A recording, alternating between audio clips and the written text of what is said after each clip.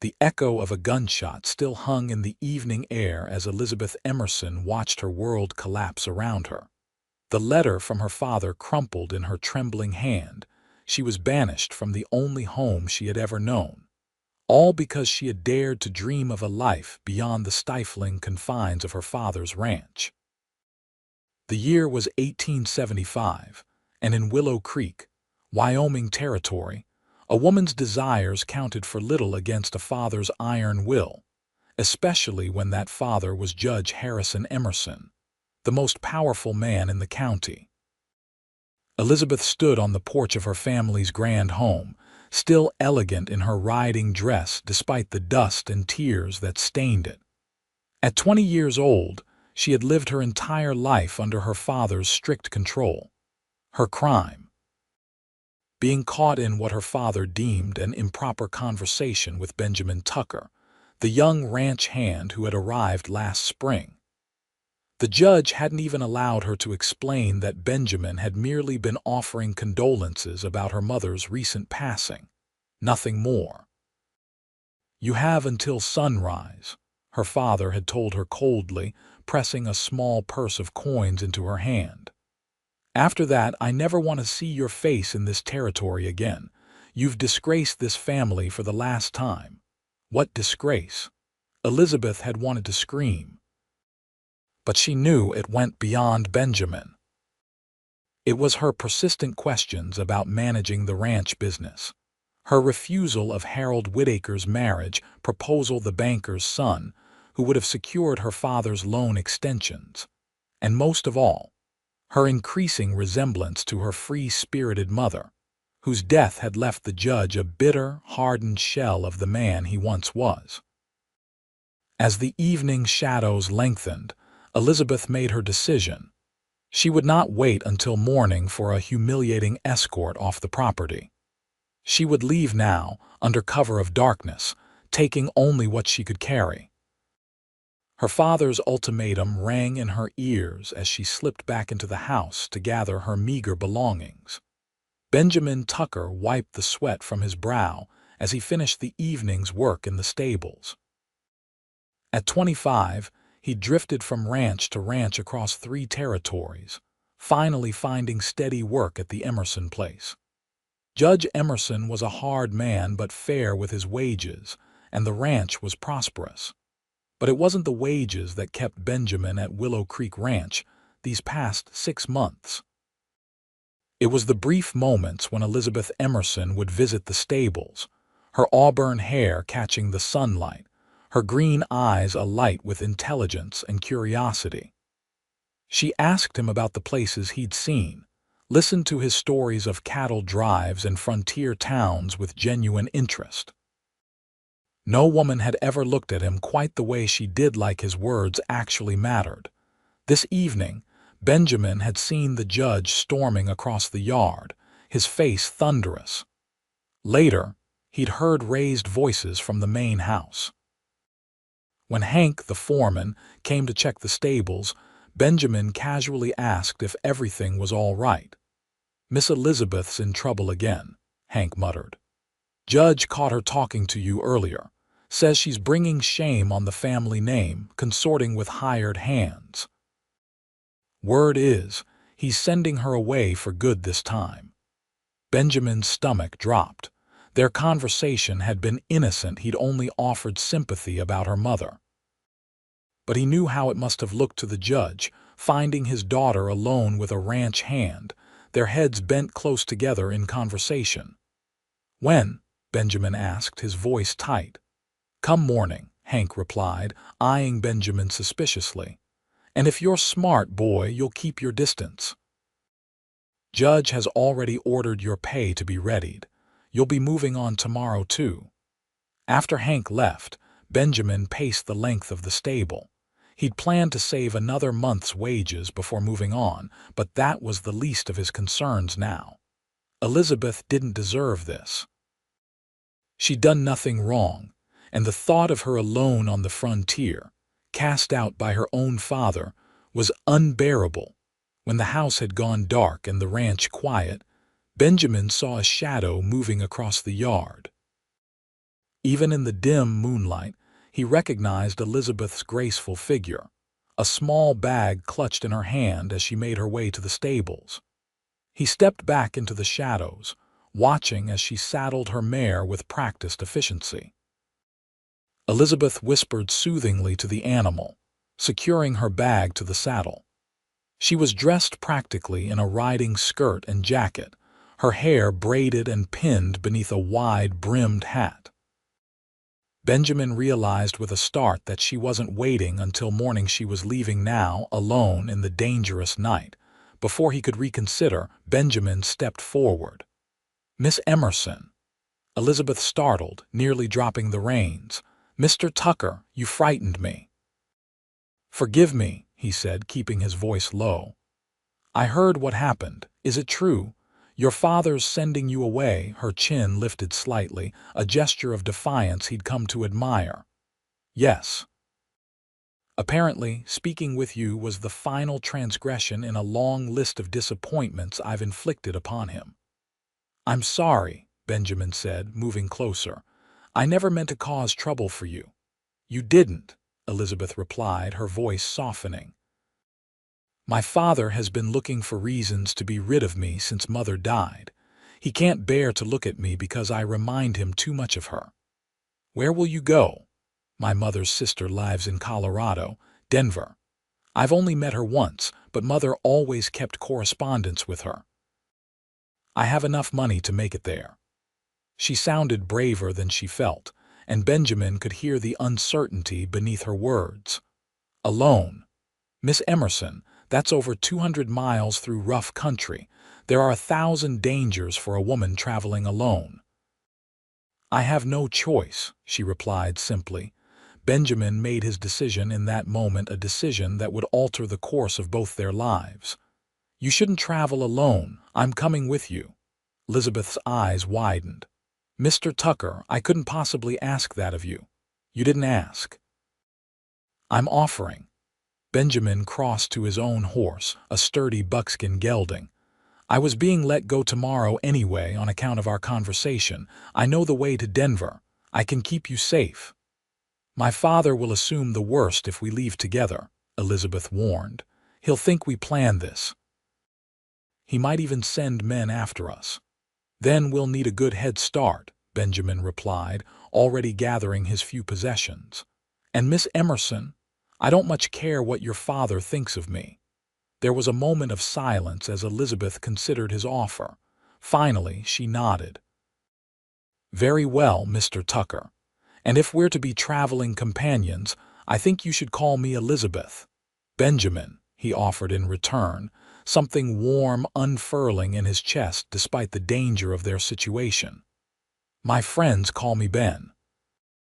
They rode out under cover of darkness, two figures slipping away from Willow Creek Ranch like shadows. Neither knew what lay ahead, but both felt the same strange mixture of fear and liberation as they left the only security they knew behind them. By the time dawn broke over the Wyoming horizon, Judge Emerson discovered his daughter gone along with the ranch hand he'd forbidden her to speak with. His rage echoed across the valley as he ordered his most trusted men to bring her back and deal with the thieving cowboy who had stolen his daughter away. The hunt had begun. Elizabeth and Benjamin pushed hard through the first day, following game trails and keeping off the main roads. Both were experienced riders, but the pace was punishing. They spoke little, focused on putting as much distance between themselves and Willow Creek as possible. By nightfall, they had crossed into the foothills that would eventually lead them toward the Colorado border. As they made camp in a sheltered gully, Elizabeth finally allowed herself to feel the weight of what she'd done. "I never thought I would leave like this," she admitted as Benjamin built a small, smokeless fire. "Even when Father threatened to send me away, I imagined it would be on the stagecoach, with proper luggage and a letter of introduction to Aunt Margaret." Benjamin looked up from his work. "Do you regret coming?" "No," Elizabeth said firmly. "I just never imagined myself as a fugitive." "Is that what we are?" Benjamin asked with a small smile. "Fugitives. You're a grown woman, Elizabeth. Your father can't legally force you to stay or go anywhere." "Try telling that to Judge Emerson," she replied bitterly. "In his court, his word is law. And he's decided I've committed the crime of disobedience." They ate a simple meal of jerky and hardtack from Benjamin's provisions. As the stars emerged overhead, Elizabeth wrapped herself in the blanket he offered, studying him in the firelight. "Why did you really come with me, Benjamin? You could have simply moved on to another ranch." Benjamin was quiet for a long moment. "I've been drifting for 7 years," he finally said. "Moving from job to job, place to place, never staying long enough to matter. When I heard what your father was doing, sending you away like that, it seemed wrong. No one should have to face the wilderness alone." "Is that the only reason?" Their eyes met across the small fire. "No," he admitted. "Those conversations we had about books, about places I've seen, about your ideas for the ranch, they meant something to me. You saw me as more than just a hired hand. That's rare in this world." Elizabeth's cheeks colored slightly, but she didn't look away. "I've always believed there's more to people than their station. My mother taught me that." She sounds like she was a remarkable woman. "She was," Elizabeth smiled sadly. "She married my father when he was just a struggling lawyer. They came west together when I was small. She built that ranch alongside him, though he never gave her credit for it. After she died last year, it was like he couldn't bear to be reminded of her contributions." "Is that why you took such an interest in the ranch operations?" Elizabeth nodded. "I wanted to honor her legacy. She taught me everything about the cattle, the accounts, even how to negotiate with the buyers. Father never saw the value in it. He said a woman's place was in the home, not the business." "The best ranchers I've known had their wives as partners," Benjamin said. "A ranch takes too much work for one person's vision alone." They talked long into the night, sharing stories and discovering the common threads that bound them despite their different backgrounds. Benjamin told her about losing his parents to fever when he was 16, about working cattle drives up from Texas, about the small parcel of land he'd been saving to buy someday in Colorado's fertile valleys. By the time they rolled into their separate bedrolls, something had shifted between them. No longer merely a young woman and her escort, they had become partners in an adventure neither had anticipated. Morning came too soon. They were packing up their meager camp when Benjamin suddenly stilled, his head cocked to one side. "Riders," he said, his voice tense. "Coming fast from the north." Elizabeth's heart raced. "Father's men? Can't be sure, but we shouldn't wait to find out." He quickly doused the fire remnants and helped Elizabeth onto her mare. "There's a ravine about 2 miles south. We can lose them in the terrain." They rode hard, the sound of hoofbeats growing louder behind them. As they crested a small ridge, Benjamin glanced back. 4 riders. They're gaining. Elizabeth recognized the lead rider even at a distance, Hank, her father's foreman, a man who had worked for the Emersons since before she was born. Once he had sneaked her sugar candies when her father wasn't looking. Now he pursued her like a criminal. "They're my father's men," she confirmed, her throat tight. "The ravine's just ahead. Follow me exactly." Benjamin led them down a treacherous path into a deeply cut ravine where water ran swift from the mountain snowmelt. The path was barely wide enough for the horses, forcing them to go single file along the steep edge. It was dangerous, but it would slow their pursuers. They were halfway through when a shout echoed behind them. Hank's voice carried clearly. "Miss Elizabeth, your father wants you home. Stop now and no harm will come to you." Elizabeth didn't look back. She knew what "no harm" meant: return to face her father's judgment, while Benjamin would likely face far worse for abducting the judge's daughter. The ravine twisted sharply, and Benjamin led them up a nearly hidden game trail that ascended the opposite wall. It was so steep that they had to dismount and lead the horses, but it offered them a chance to disappear. Will this throw them off? Elizabeth whispered as they reached the top, breathless from the climb. Not for long, Benjamin admitted, but it buys us time. They continued south and east through increasingly broken country, pushing the horses as much as they dared. By midday, there was no sign of pursuit, but Benjamin remained vigilant. "We need to find somewhere to rest the horses," he said as they paused at a small stream. "And we need to rethink our route. They'll be watching the main trails to Denver." Elizabeth dismounted, letting her mare drink. Her body ached from the hard riding, but her spirit remained unbroken. "There's a mining settlement called Silver Creek about 30 miles southeast of here. My father has no connections there. We could rest, maybe get supplies." Benjamin looked impressed. "How do you know that?" "I studied my father's maps," she replied with a small smile. "I always dreamed of seeing more than just Willow Creek." "Silver Creek it is, then," he agreed. "Though we'll have to be careful. 2 strangers asking questions will draw attention." "I have an idea about that," Elizabeth said thoughtfully, "but you may not like it." They reached Silver Creek as dusk was falling 2 days later. The mining town was a chaotic cluster of buildings wedged into a narrow valley, dominated by the large mill that processed ore from the surrounding mountains.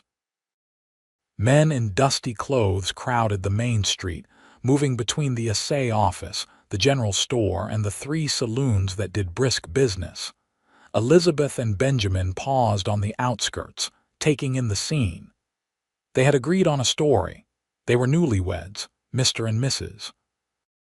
Benjamin Tucker, traveling to Denver to start a new life. The simple gold band that had belonged to Benjamin's mother now graced Elizabeth's finger, a prop for their deception, though the weight of it felt strangely right.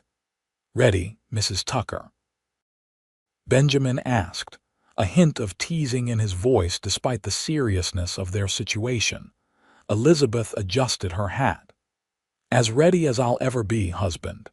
They rode into town side by side, drawing curious glances but no particular suspicion. Silver Creek saw enough travelers passing through that 2 more faces didn't cause alarm.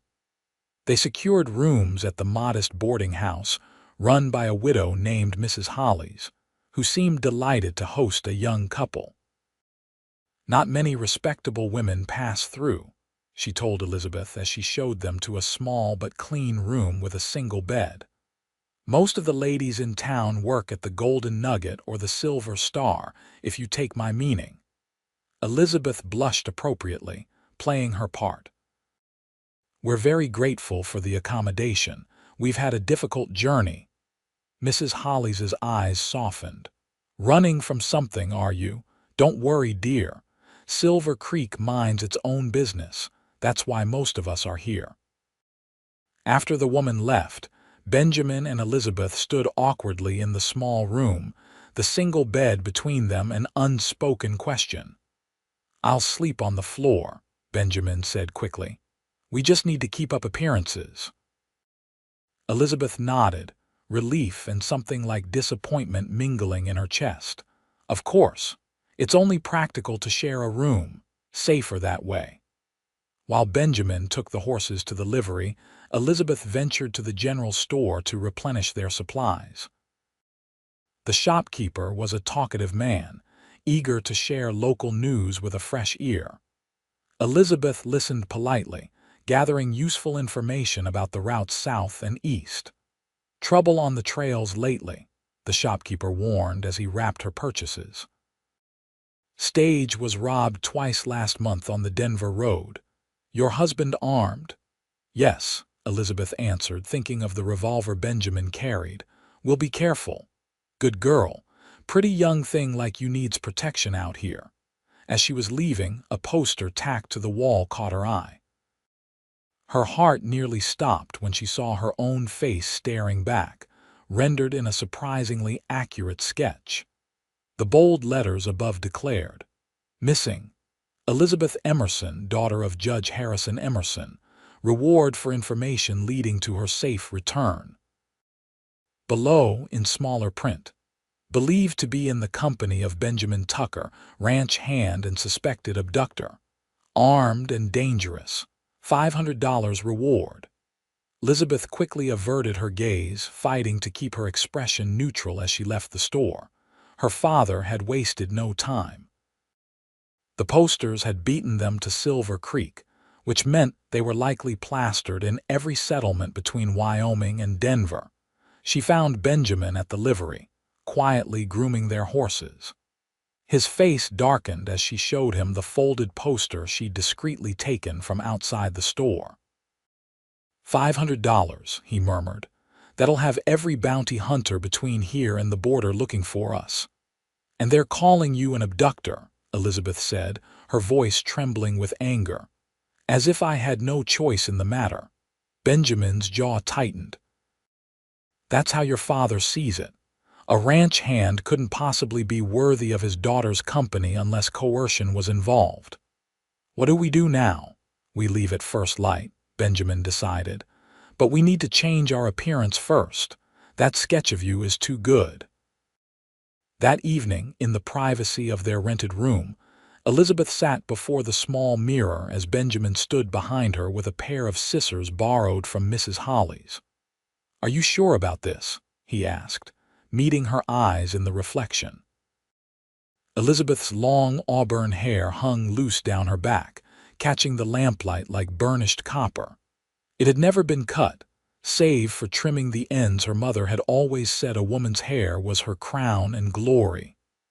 "I'm sure," she said firmly, though her heart ached at the necessity. "It's just hair. It will grow back."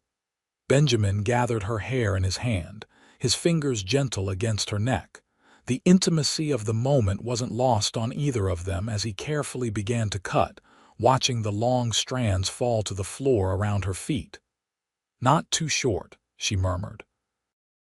"I don't want to look like a boy." "No risk of that," he replied softly. When he finished, Elizabeth hardly recognized herself. Her hair now fell just below her chin in soft waves that framed her face. The effect was striking, less the judge's proper daughter and more a confident young woman of her own making. "What do you think?" she asked, turning to face Benjamin.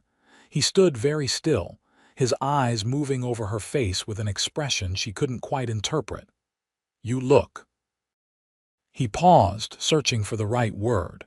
"Free." A smile blossomed across Elizabeth's face. "Yes," she agreed. "That's exactly how it feels."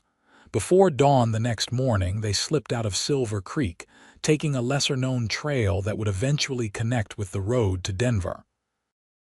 Elizabeth wore a plain dark dress purchased from Mrs. Holly's, her newly shortened hair tucked beneath a simple bonnet.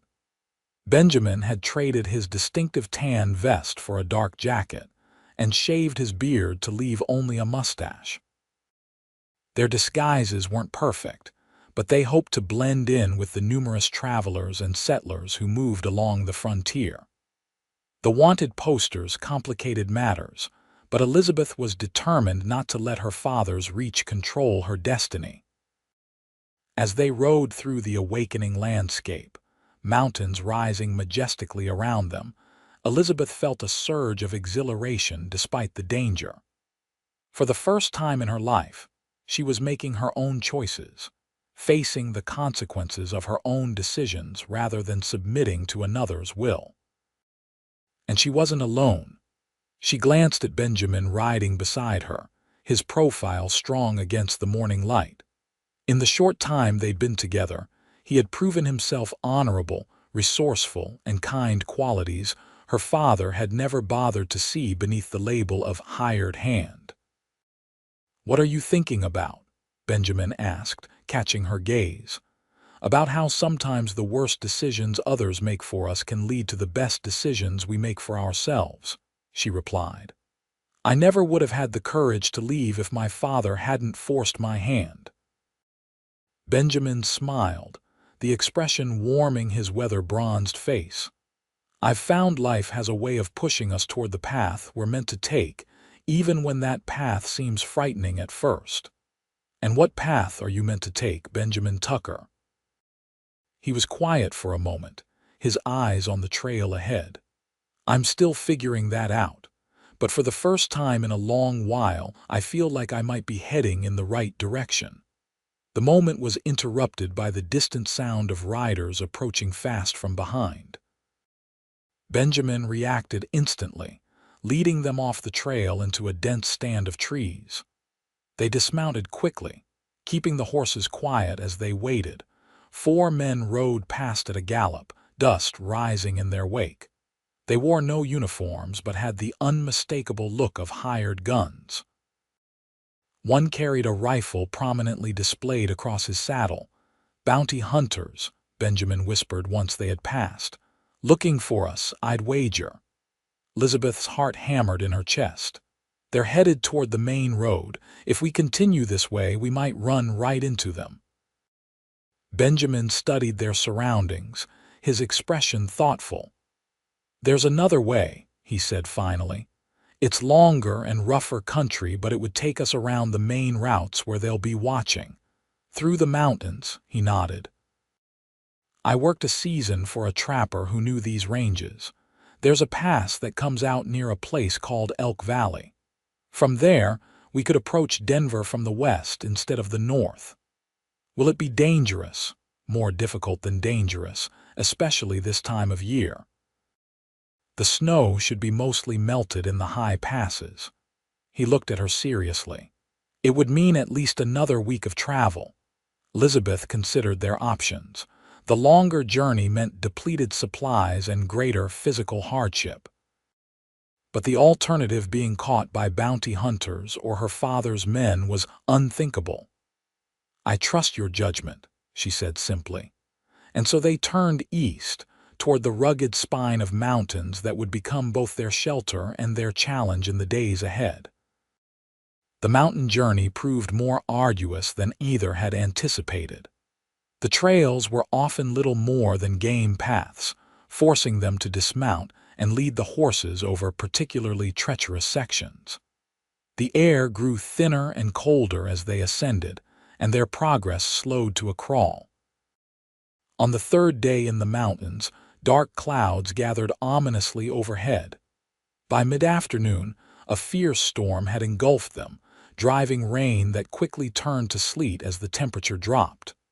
"We need shelter," Benjamin shouted over the howling wind. "This is turning dangerous."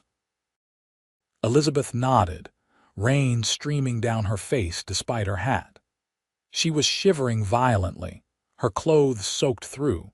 They pushed on through the worsening conditions, Benjamin searching desperately for any natural shelter in the rocky landscape. Finally, as Elizabeth felt her strength flagging, he pointed ahead. There, a line of rocks with an overhang. It wasn't much a natural formation where the mountainside had eroded to create a shallow cave beneath a rocky ledge, but it offered protection from the direct assault of the elements. They hurriedly unsaddled the horses, tethering them in the most sheltered spot available, then huddled beneath the overhang as lightning split the sky above. "You're freezing," Benjamin said, noticing how Elizabeth's teeth chattered uncontrollably. Without hesitation, he removed his coat and wrapped it around her shoulders. "But you'll be cold," she protested weakly. "I've weathered worse," he replied, though she could see him fighting his own shivers. "The important thing is to get you warm and dry."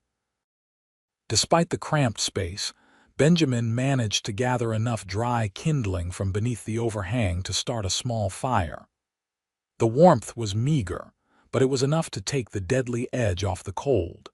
They huddled close to the flames, their shoulders touching out of necessity rather than choice. As the storm raged on, Benjamin shared stories of his travels to distract Elizabeth from their precarious situation, tales of cattle drives through Texas, of frontier towns rising from nothing, of characters he'd met along the way. Elizabeth listened, gradually relaxing as warmth returned to her limbs. "You've lived such an adventurous life," she said when he paused. "I've hardly been beyond my father's property until now." Benjamin looked at her thoughtfully. "Yet you're handling this journey with more courage than most seasoned travelers I've known."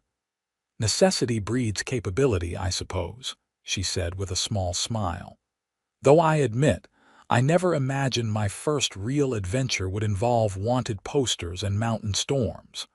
"What did you imagine?" Elizabeth stared into the small fire. "I dreamed of seeing San Francisco. My mother went there once before she was married." She described the bay, how the water stretched out like it was touching the edge of the world. "I wanted to see that, to stand somewhere so vast and open that my father's influence couldn't possibly reach." "You'll see it someday," Benjamin said with such certainty that she almost believed him.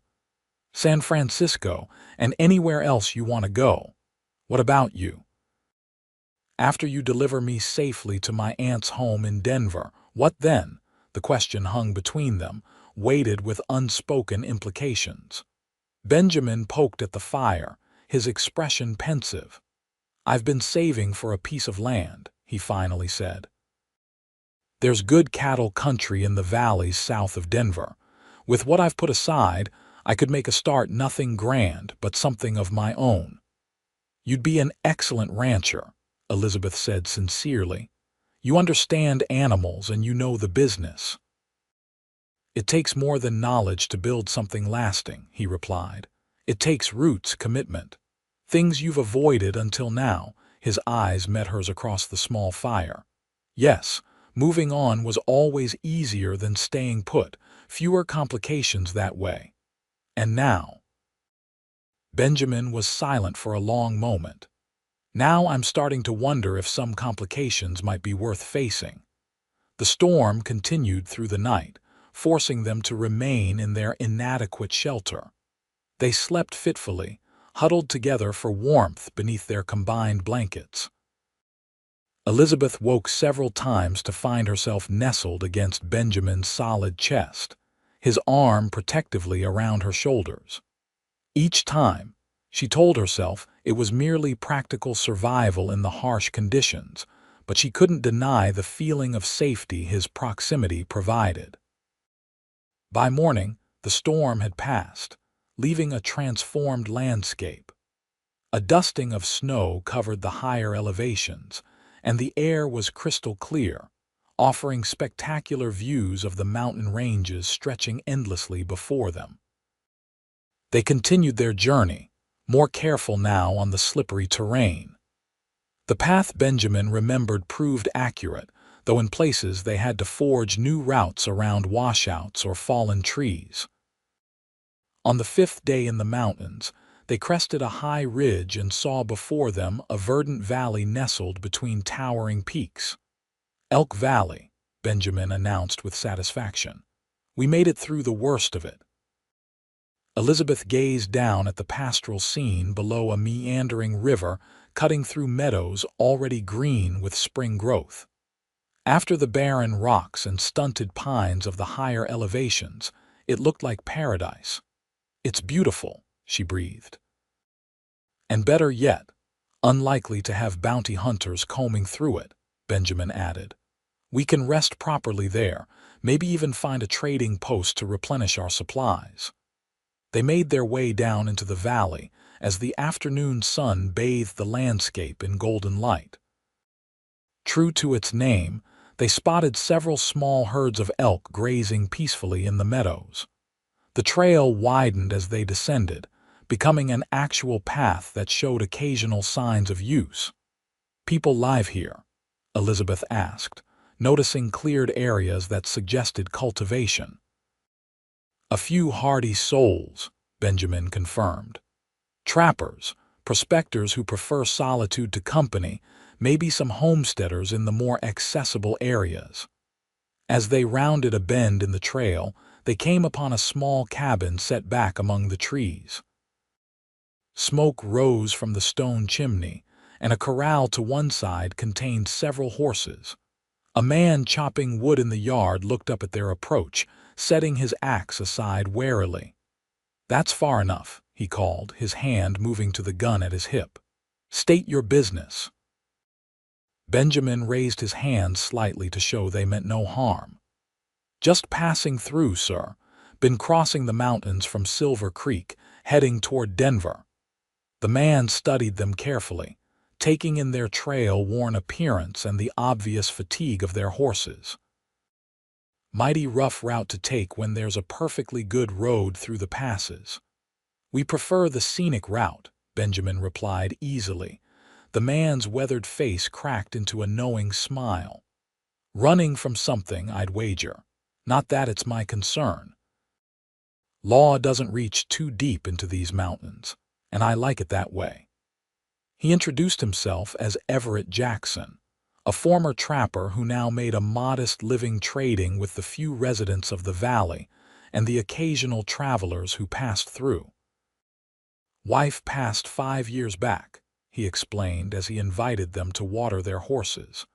"Kids all grown and gone east, just me and these mountains now." Elizabeth felt an immediate sympathy for the solitary man. Despite his gruff exterior, there was a kindness in his eyes that reminded her of her grandfather. "We'd be grateful for any provisions you might spare," she said. "We'll pay fair price." Jackson sized her up with shrewd eyes. "You're a long way from wherever you started, miss." "Not many young ladies tackle the high country, especially not this time of year." "My wife is stronger than she appears," Benjamin interjected smoothly, the words "my wife" rolling off his tongue with surprising naturalness. Jackson nodded, seeming satisfied with this explanation. "Well, Mrs. Tucker," Elizabeth supplied, feeling a flush rise to her cheeks at the deception. "Elizabeth Tucker. Mrs. Tucker, I've got coffee brewing inside and a stew that's been simmering since morning. You and your husband look like you could use a hot meal before continuing your journey." The invitation was too tempting to refuse. Inside the cabin was surprisingly comfortable, with handmade furniture and shelves lined with books, unexpected luxuries in such a remote location. "My Margaret loved to read," Jackson explained when he caught Elizabeth examining the collection. "Made me promise to keep her books, said someday someone might come along who'd appreciate them." Over a hearty meal, Jackson proved to be a wealth of information about the routes ahead and conditions they might encounter. He didn't pry into their circumstances, but his occasional knowing glances suggested he understood they weren't simply a young couple on an adventure. "You can bed down in the lean-to tonight," he offered as the evening drew in. "It's humble but dry and better than sleeping rough. Been fixing to have company since I built it last summer, though you're the first to use it." The lean-to proved to be a small but sturdy shelter attached to the main cabin, with a packed earth floor and a single cot. Jackson provided extra blankets, apologizing for the cramped accommodation. "It's perfect," Elizabeth assured him. "We're grateful for your hospitality." After Jackson retired to the main cabin, Benjamin made a pallet on the floor for himself. "You take the cot," he insisted. "After all we've been through, you deserve a proper rest." Elizabeth sat on the edge of the narrow bed, watching as he arranged his blankets. In the soft light of the small lamp Jackson had provided, Benjamin's face showed the strain of their journey, new lines around his eyes, a weariness that hadn't been there when they left Willow Creek. "You've done so much for me," she said quietly. "Risked everything. I don't know if I can ever repay you." Benjamin looked up, his expression serious. "I didn't do it expecting repayment, Elizabeth." "Then why did you do it?" He was silent for a long moment, seeming to weigh his words carefully. "At first, it was because it was the right thing to do. I couldn't let you face the wilderness alone. And now," she pressed, her heart beating faster. "Now." He hesitated, then met her gaze directly. "Now I can't imagine being anywhere else but by your side." The simple confession hung in the air between them, charged with meaning. Elizabeth felt something shift inside her, a recognition of feelings that had been growing since they fled together, feelings she had been too afraid to acknowledge. "Benjamin," she whispered, his name a question and an answer all at once. He rose slowly, crossing the small space to sit beside her on the cot. His hand found hers, their fingers intertwining naturally. "I never planned this," he said softly. "Never expected to feel this way. You're the daughter of a judge, educated and refined. I'm just a cowboy with dirt under his fingernails and not much to offer." "That's not how I see you," Elizabeth replied, her voice steady despite the emotions threatening to overwhelm her. "I see a man of honor and courage. A man who treats me as an equal, who listens when I speak, who believes in me." "Elizabeth," he murmured, his free hand rising to gently touch her cheek. "If circumstances were different, if we'd met some other way, we didn't," she interrupted. "We met exactly as we were meant to. And everything that's happened since has only shown me who you truly are." In the dim light of the lean-to, with the sounds of the mountain night surrounding them, Benjamin lowered his head and kissed her. It was gentle at first, a question asked and answered in the meeting of their lips. Then Elizabeth's arms wound around his neck, drawing him closer, and the kiss deepened into something urgent and honest. When they finally broke apart, Benjamin rested his forehead against hers. "I've been wanting to do that since we crossed the first mountain pass," he admitted with a small smile. "I've been wanting you to since we left Silver Creek," she countered, returning his smile. They sat together on the narrow cot, talking in low voices late into the night, not of danger or pursuit, but of hopes and dreams, of the people they had been and the people they wished to become. When sleep finally claimed them, they lay side by side, her head on his shoulder, his arm protective around her waist, no longer pretending, but truly together. Morning brought clearer skies and renewed strength. Jackson provided them with ample supplies for the remainder of their journey: jerky, cornmeal, coffee, and dried fruits from his well-stocked larder. He refused payment, asking only that they remember an old man kindly in your prayers. As they prepared to leave, Jackson pulled Benjamin aside. "Denver's still a fair piece away," he said, his voice low. "And word travels, even to these mountains." He pressed a folded paper into Benjamin's hand. It was a wanted poster, the same one Elizabeth had taken from Silver Creek, but newer, the ink still fresh. "Came with a trapper who passed through 2 days back," Jackson explained. "Might be more waiting on the trails ahead. Judge Emerson's not a man to give up easily from what I hear." Benjamin stared at the paper, his jaw tight. "No, he's not." "There's another way into Denver," Jackson offered. "Less traveled. Takes you in from the southwest, along Cherry Creek. Most folks wouldn't know to watch that approach." He sketched a rough map, marking key landmarks and water sources. "It's not the easiest route, but it's the safest for folks who might be recognized." Benjamin clasped the older man's hand gratefully. "We won't forget your kindness."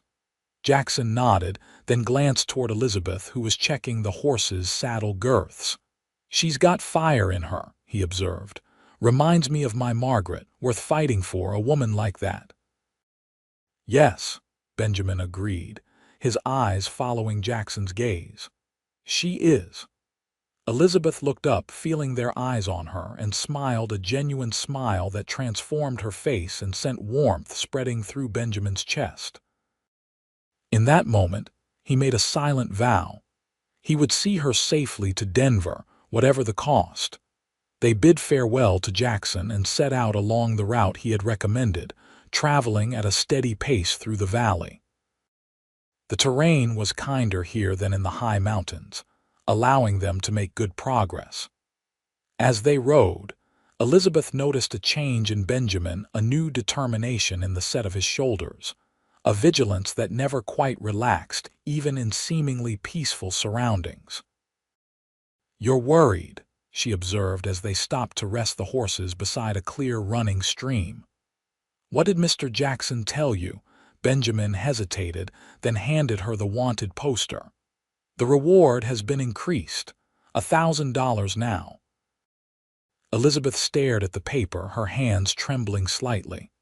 $1,000 would tempt even honest men. "Your father is pulling every string he can reach," Benjamin agreed grimly. "But we're close now. Another 4 days hard riding and we'll reach Denver. And then—" The question encompassed far more than their immediate journey. Benjamin met her gaze steadily. "Then we face whatever comes next, together if that's what you want." "It is," she said without hesitation, "more than anything." Their path took them through increasingly varied terrain, meadows giving way to pine forests, then opening into high desert plateaus. They avoided settlements and kept to the lesser-known trails Jackson had marked. Twice they spotted riders in the distance and changed course to remain unseen. On the 7th day after leaving Elk Valley, they crested a rise and saw before them the South Platte River Valley, and in the distance, the growing sprawl of Denver. The sight brought mixed emotions: relief at reaching their destination, but also uncertainty about what awaited them. "My aunt's home is on the western edge of the city," Elizabeth said as they surveyed the scene below. "If she still lives where she did when Mother last wrote to her." "We'll find her," Benjamin assured her, though his voice held a note of tension that hadn't been there before. They made camp one last time in a sheltered grove, planning to enter the city the following morning. As they sat beside their small fire, Benjamin seemed distant, his thoughts clearly troubled. "What is it?" Elizabeth finally asked. "You've barely spoken all evening." Benjamin stared into the flames for a long moment before answering. "I've been thinking about what happens once we reach your aunt's home." "You're worried she won't welcome us?" "No, I'm worried about what comes after." He looked up, his eyes reflecting the firelight. "Your father's reach is long, Elizabeth. Even in Denver, you won't be beyond his influence. He's a judge with connections throughout the territory." "I'm not afraid of my father anymore," she said firmly. "Perhaps you should be, not for yourself but for what he might do." Benjamin's voice grew serious. "As long as we're together, he'll never stop hunting us. He'll use the law, his position, everything at his disposal to separate us and bring you back under his control." Elizabeth felt a chill that had nothing to do with the evening air. "What are you saying?" "I'm saying that perhaps the safest thing for you would be if I left, if your aunt took you in and I disappeared. Your father might accept your independence if I wasn't in the picture." "No." The word came out sharper than she intended. "After everything we've been through, everything we've become to each other, you just walk away, to keep you safe." "Yes." His face was a mask of controlled pain. "I'd do anything to keep you safe, Elizabeth, even if it meant never seeing you again." She moved to kneel before him, taking his hands in hers. "Listen to me, Benjamin Tucker. I didn't leave one man's control only to submit to another's, even if that control comes wrapped in noble intentions. We decide our future together, or not at all." A smile slowly spread across his face, proud, tender, and a little awed. "You're the strongest person I've ever known," he said softly, "and the stubbornest." "I prefer determined," she replied, returning his smile. "Now promise me no more talk of noble sacrifices." "Whatever comes, we face it together." "I promise," he said, pulling her into his arms. "Together." They entered Denver the next morning, two trail-worn travelers among many in the bustling frontier city. Denver in 1875 was a place of contrasts: elegant brick buildings, standing alongside hastily constructed wooden structures, muddy streets traversed by fine carriages, rough miners rubbing shoulders with Eastern businessmen seeking opportunity in the West. Elizabeth directed them toward the Western District, where her aunt had lived according to her mother's letters. The neighborhood was respectable if not fashionable, with modest homes set back from tree-lined streets. They stopped at a corner store to ask directions to Margaret Everett's residence. The shopkeeper, a portly man with friendly eyes, nodded in recognition of the name. Mrs. Everett. Certainly, she's lived on Maple Street these past 15 years. Second house from the corner with the blue trim. Fine lady, widow of Colonel Everett.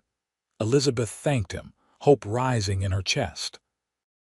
They rode slowly down Maple Street, locating the blue-trimmed house without difficulty.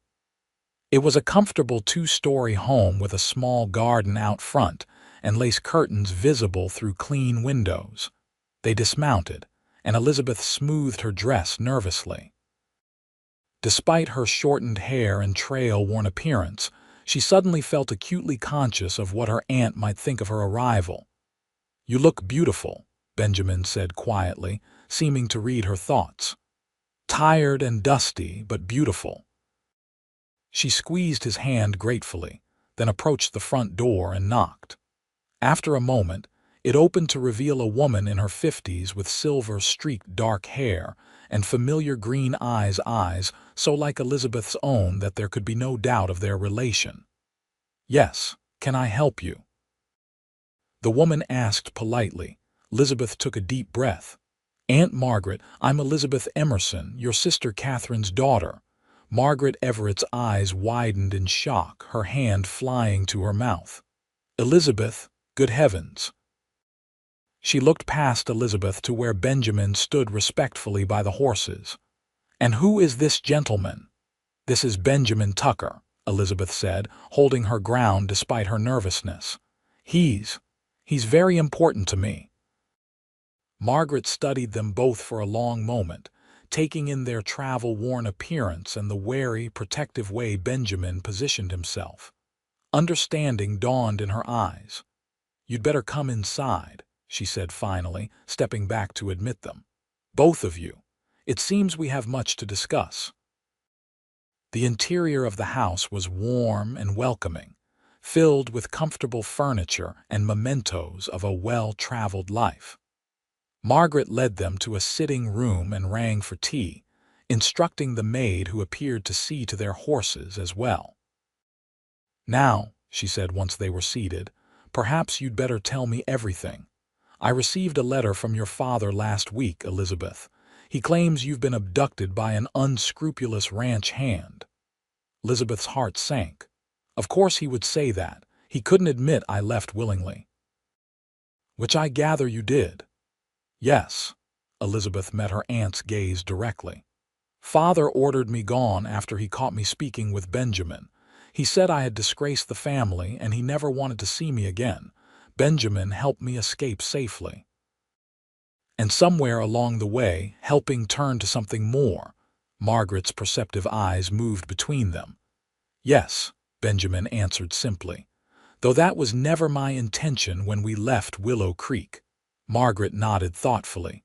"Harrison Emerson always was a controlling man. My sister loved him, but I warned her about his temper, his need to dominate everything and everyone around him." She turned to Elizabeth with softened eyes. "You look so much like her. No wonder he couldn't bear to see you growing independent. You're the image of Catherine when she defied her family to marry him." Elizabeth felt tears stinging her eyes at the mention of her mother. "I didn't know that. Father never spoke of their early years together." "Of course not. It would undermine his authority to admit he was once the inappropriate suitor, the man her parents disapproved of." Margaret sighed. "History has a way of repeating itself, though usually with some ironic twist." She rose and crossed to a small desk, retrieving a letter which she handed to Elizabeth. "Your father's message. He's offering a substantial reward for your return and promises severe consequences for your abductor." Elizabeth read the letter with growing anger. Her father's words portrayed her as a naive girl led astray, too innocent to recognize danger, too sheltered to survive without his protection. Benjamin was described as little better than a thief, a manipulator who had taken advantage of her vulnerability following her mother's death. "None of this is true," she said, her voice shaking. "Benjamin has been nothing but honorable. He's protected me, respected me. I believe you, dear," Margaret interrupted gently. "I saw the truth the moment you appeared on my doorstep. The question is, what do you plan to do now?" The unexpected support left Elizabeth momentarily speechless. Benjamin leaned forward, addressing Margaret directly. "Mrs. Everett, I love your niece. I have little to offer her in terms of position or wealth, but I swear to you I would devote my life to her happiness and well-being." His voice was steady, his gaze unwavering, with or without her father's blessing. Margaret studied him thoughtfully. "A bold statement, Mr. Tucker, and you, Elizabeth? Do you return these feelings?" "With all my heart," Elizabeth replied without hesitation. "Benjamin sees me for who I am, not who someone else wishes me to be. With him, I can build a life of my own choosing." A smile spread across Margaret's face. "Well then, it seems my home has become a sanctuary for star-crossed lovers. You are both welcome to stay as long as you need." The relief was overwhelming. For the first time since leaving Willow Creek, Elizabeth felt truly safe. Margaret showed them to separate guest rooms, insisted they rest, and promised a proper dinner once they had recovered from their journey. Elizabeth sank gratefully into a real bed, clean sheets a luxury after weeks on the trail. She slept deeply, waking only when Margaret gently roused her for the evening meal.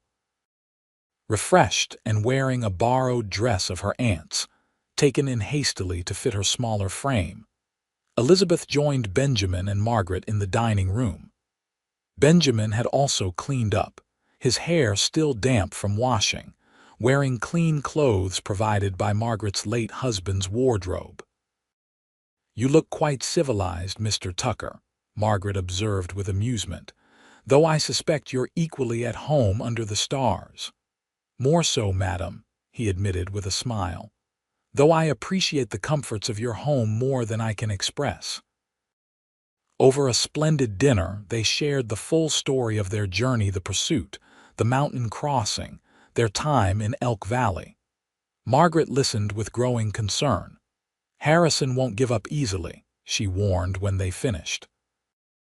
"He's never been a man to accept defeat, especially not in a matter he considers a question of family honor." "What can he legally do?" Benjamin asked. "Elizabeth is of age. She has the right to determine her own future." "Legally, perhaps little. But a judge with his connections can make life very difficult for you both." Margaret looked thoughtful. "He might not be able to force Elizabeth to return, but he could certainly pursue charges against you, Benjamin. Abduction, theft of property, the horses, for instance. He could create enough legal entanglement to separate you for months or years." Elizabeth paled at the thought. "There must be something we can do." "There is."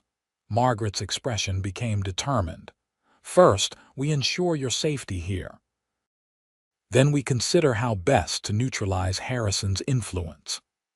The next morning, a visitor arrived at Margaret's home, a distinguished older gentleman whom she introduced as Judge William Howard, an old friend of her late husband and one of the most respected jurists in the Colorado Territory.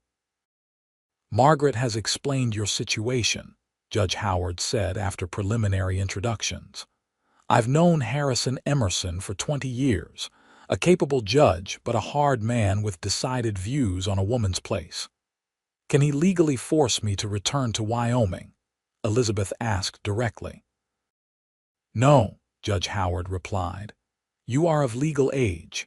However, Mr. Tucker here is more vulnerable. The charges your father might bring, abduction, theft, would be difficult to disprove, especially with the wanted posters already in circulation." "But they're false accusations," Benjamin protested. "Indeed. Nevertheless, they could result in your arrest while the matter was sorted out." The judge leaned forward.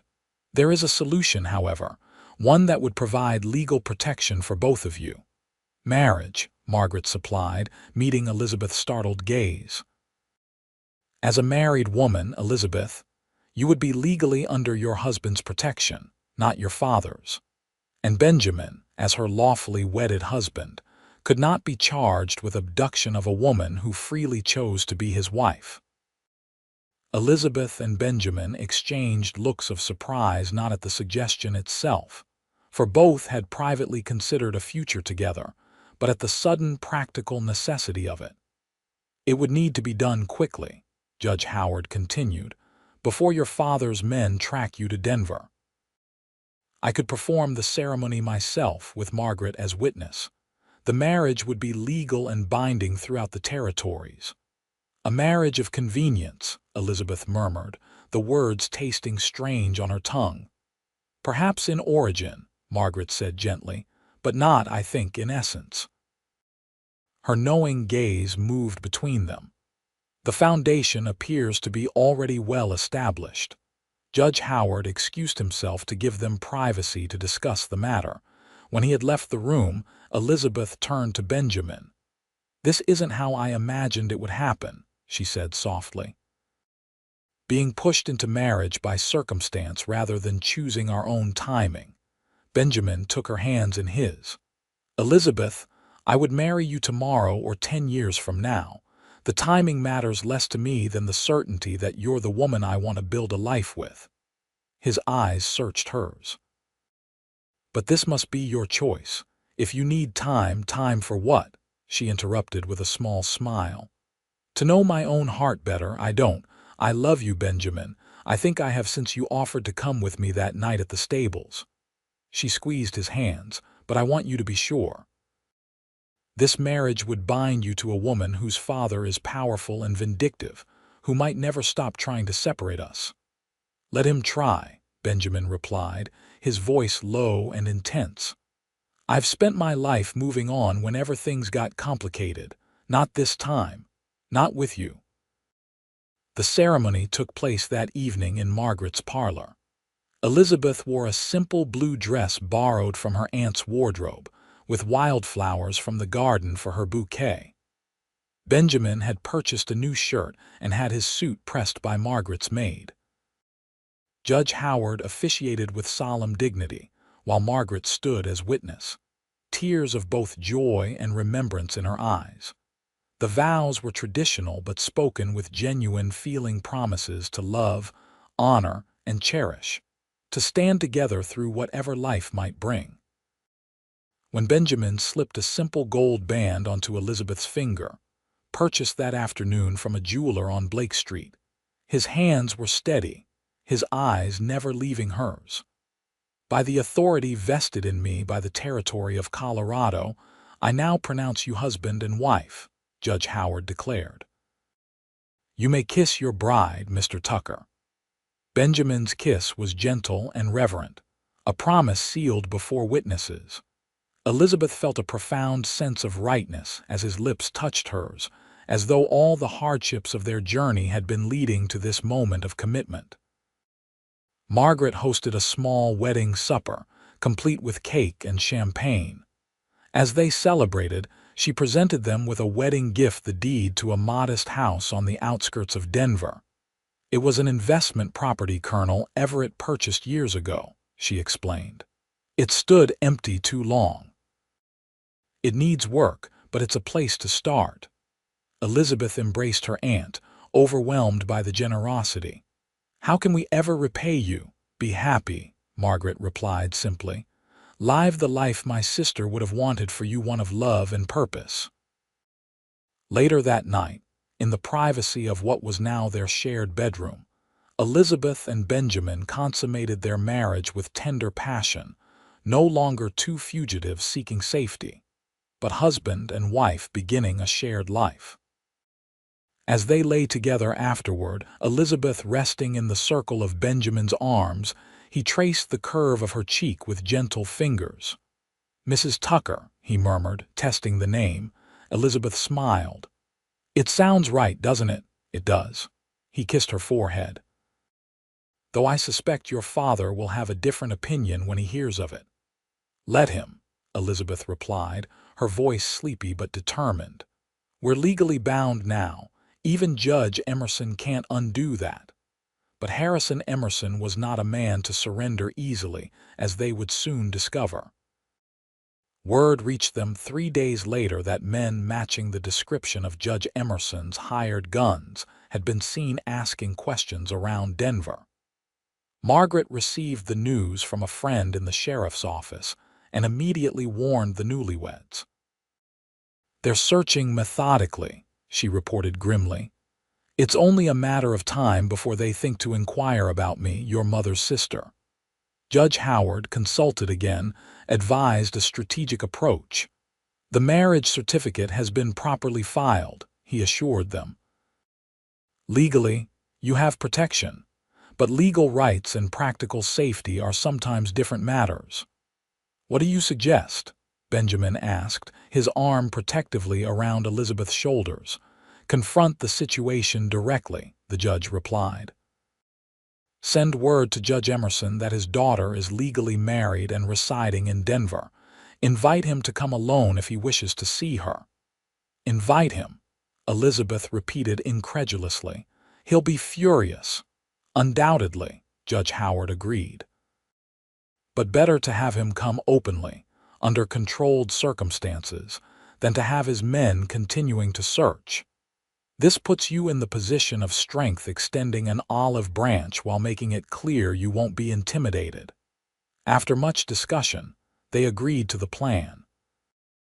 Margaret drafted a letter that was both respectful and firm, informing Judge Emerson of Elizabeth's marriage and inviting him to visit if he wished to mend relations with his daughter. The letter was dispatched the following day by private courier. While they awaited a response, Benjamin and Elizabeth began work on their new home. The house was simple, but solid, a 2-story frame structure with a small barn and corral at the back. It needed repairs and painting, tasks Benjamin tackled with enthusiasm while Elizabeth planned the interior arrangements. Working together, they transformed the empty house into a home that reflected both their tastes, practical and comfortable, with small touches of beauty. Elizabeth planted a garden. Benjamin built bookshelves for the volumes Margaret gifted them from her extensive library. Each day brought them closer, their partnership strengthening as they created a shared life. 2 weeks after sending the letter, a response arrived from Judge Emerson. The terse message simply stated, "Arriving Denver, Continental Hotel, May 15. Noon."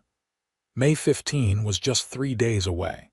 The brevity of the reply gave no indication of the judge's state of mind or intentions, leaving them anxious but determined to face whatever came. "Would you like me to come with you?" Margaret offered when Elizabeth shared the news. "Thank you, but no," Elizabeth replied. "This is between my father, my husband, and me." On the appointed day, Benjamin and Elizabeth arrived at the Continental Hotel precisely at noon. Elizabeth wore her best dress, a blue silk Margaret had helped her select, while Benjamin was respectable in a new suit, though he looked uncomfortable in the formal attire. "Ready?" he asked as they stood before the hotel entrance. Elizabeth took a deep breath, steadying her nerves. "Yes." "Whatever happens, we face it together." The Continental was Denver's finest hotel, its lobby elegant with polished wood and crystal chandeliers.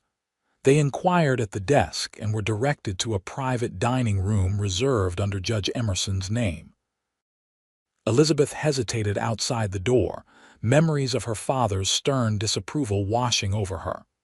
Benjamin squeezed her hand reassuringly, and with renewed resolve, she knocked. "Enter," came the familiar commanding voice.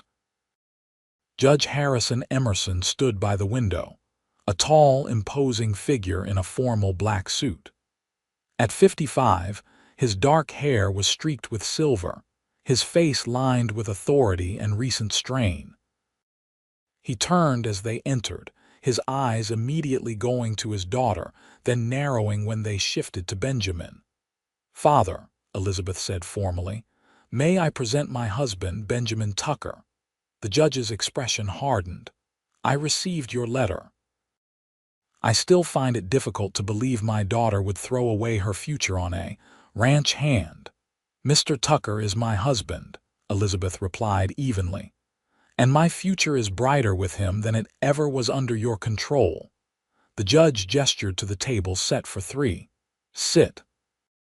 Since you've arranged this meeting, we might as well be civilized." They sat, an uncomfortable silence descending as a waiter served the first course. Benjamin maintained a respectful but unwavering demeanor, meeting the judge's occasional glares without flinching. "I had plans for you, Elizabeth," the judge finally said. "Connections, opportunities, everything a father wishes for his daughter." "Everything except the freedom to choose my own path," she countered. "Freedom?" he scoffed. "What does a girl of 20 know of the world's harsh realities?" "I was protecting you. By banishing me," Elizabeth's voice sharpened. "By sending me away from the only home I'd ever known." The judge had the grace to look uncomfortable. "I was angry. You had defied me repeatedly, questioning my authority in front of the ranch hands, rejecting suitable matches. I never defied you until you made it impossible to do otherwise," Elizabeth interrupted. "I only wanted to honor Mother's memory by taking an interest in the ranch she helped build." At the mention of his late wife, the judge's expression flickered with something like pain. "Your mother was unique, but the world is not kind to women who step beyond their proper sphere." "The world is changing, Father," Elizabeth said more gently. "And Mother would have wanted me to find happiness, not security at the price of my spirit." The judge turned his attention to Benjamin, who had remained silent during the exchange. "And you, Tucker, what are your intentions toward my daughter now that you've secured her hand?" "I assume Margaret Everett's influence was instrumental in this convenient arrangement." Benjamin met the older man's gaze directly. "I love your daughter, sir. Our marriage was hastened by circumstance, but it would have happened regardless. As for intentions, I intend to build a life with her, to support her dreams as she supports mine, to be the husband she deserves." "Noble sentiments," the judge said dryly. "But practically speaking, how will you provide for her?" "We've purchased land south of Denver," Benjamin replied. "Good grazing country. I have experience and knowledge of cattle. Within 5 years, we could have a respectable operation established." The judge studied him with grudging reassessment. "5 years is a long time to build a dream, Tucker." "Not when you're building it with the right person," Benjamin responded, his hand finding Elizabeth's under the table. Something in the judge's expression shifted, not quite softening, but changing from hostility to cautious evaluation. He was, after all, a man who had built his own fortune from nothing, who had once been deemed unsuitable for Catherine Everett's hand. "Elizabeth tells me you've worked ranches across 3 territories," he said after a moment. "What did you learn in that time?" The question opened a surprisingly substantive conversation about cattle breeding, range management, and market conditions. Benjamin answered knowledgeably, his practical experience evident. The judge listened with increasing attention, occasionally nodding in agreement or asking pointed questions. As the meal progressed, the atmosphere gradually eased from hostile to warily respectful. Elizabeth watched in amazement as her father engaged with Benjamin as he might with a business associate critically, but without the contempt he had initially displayed. When dessert was served, the judge leaned back in his chair, studying the couple before him. "I still believe this marriage was precipitous," he said bluntly. "But what's done is done. The question now is what happens going forward." "That depends on you, Father," Elizabeth replied. "We've built a life here. We don't seek your approval, but we would welcome peace between us." The judge was silent for a long moment, his expression unreadable. Finally, he reached into his jacket and withdrew an envelope, placing it on the table. "A wedding gift," he said curtly. "Since I was denied the opportunity to provide a proper one at the time." Elizabeth hesitantly opened the envelope. Inside was a bank draft for a considerable sum, along with a legal document. Her eyes widened as she read it. "This is a deed to 500 acres adjoining our property," she said, looking up in disbelief. "And funds for initial stock and equipment. Consider it your inheritance advanced," the judge replied, his voice gruff. "I had set aside a trust for your future. This seems as appropriate a time to access it as any." Benjamin studied the older man carefully. "This is generous, sir, but I need to be clear, I didn't marry Elizabeth for her family's resources." "I'm aware of that, Tucker," the judge said dryly. "If financial gain were your motivation, you chose a remarkably difficult path to achieve it." He turned to Elizabeth. "Your mother would have approved of your spirit if not your methods. She always said you had her determination and my stubborn pride." Elizabeth felt tears threatening at this rare mention of her mother. "She used to tell me stories about how you courted her despite her family's objections." "They thought me beneath her," the judge acknowledged, a ghost of a smile touching his lips. "Perhaps I was, but she never seemed to notice." He sighed heavily. "After she died, I lost perspective. Seeing you grow more like her each day was both a joy and a torment." It was the closest he would come to an apology, Elizabeth knew. For Judge Harrison Emerson, this acknowledgment of his own emotional weakness was a monumental concession. "Will you visit us?" she asked softly. "See the ranch when it's established," the judge nodded slowly. "Perhaps, when business brings me to Denver," he glanced at Benjamin. "I expect regular reports on your progress. I don't make investments lightly, even in family." "You'll have them, sir," Benjamin promised. As they prepared to depart, the judge stopped Elizabeth with a hand on her arm. "Your mother's jewelry is in the hotel safe. I brought it with me. It should be yours now." Elizabeth embraced him impulsively, feeling him stiffen before awkwardly returning the gesture. It wasn't forgiveness, not yet, but it was a beginning. Outside the hotel, Elizabeth released a breath she felt she'd been holding for hours. "I never expected that," she admitted. "Not in 1,000 years." Benjamin smiled, taking her hand as they walked toward their waiting horses. "Your father is a complicated man, but he loves you in his way." "Yes," she agreed, "and he might actually respect you given time." "I can live with respect," Benjamin said. "As long as I have your love." "Always," she promised, lifting her face for his kiss. Epilogue 5 years later, the autumn sun cast long shadows across Tucker Ranch as Elizabeth stood on the porch of their expanded home, watching riders approach in the distance. At 25, she had grown into a confident woman, respected throughout the county for her business acumen and determination. Benjamin appeared beside her, their 2-year-old daughter Catharine in his arms. "Your father?" he asked, following her gaze. "Yes," Elizabeth confirmed. "Right on schedule."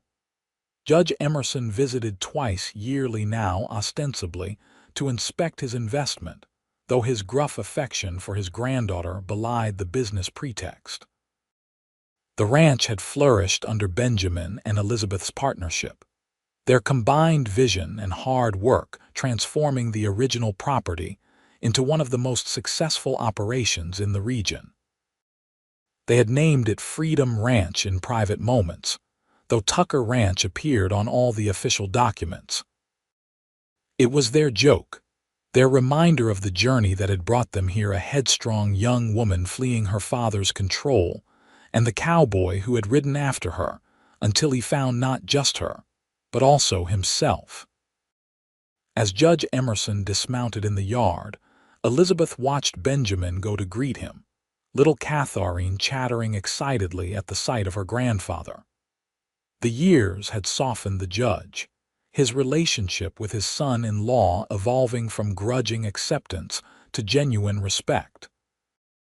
They would never be close, but they had found common ground in their love for Elizabeth and in their shared understanding of the land and the business it supported.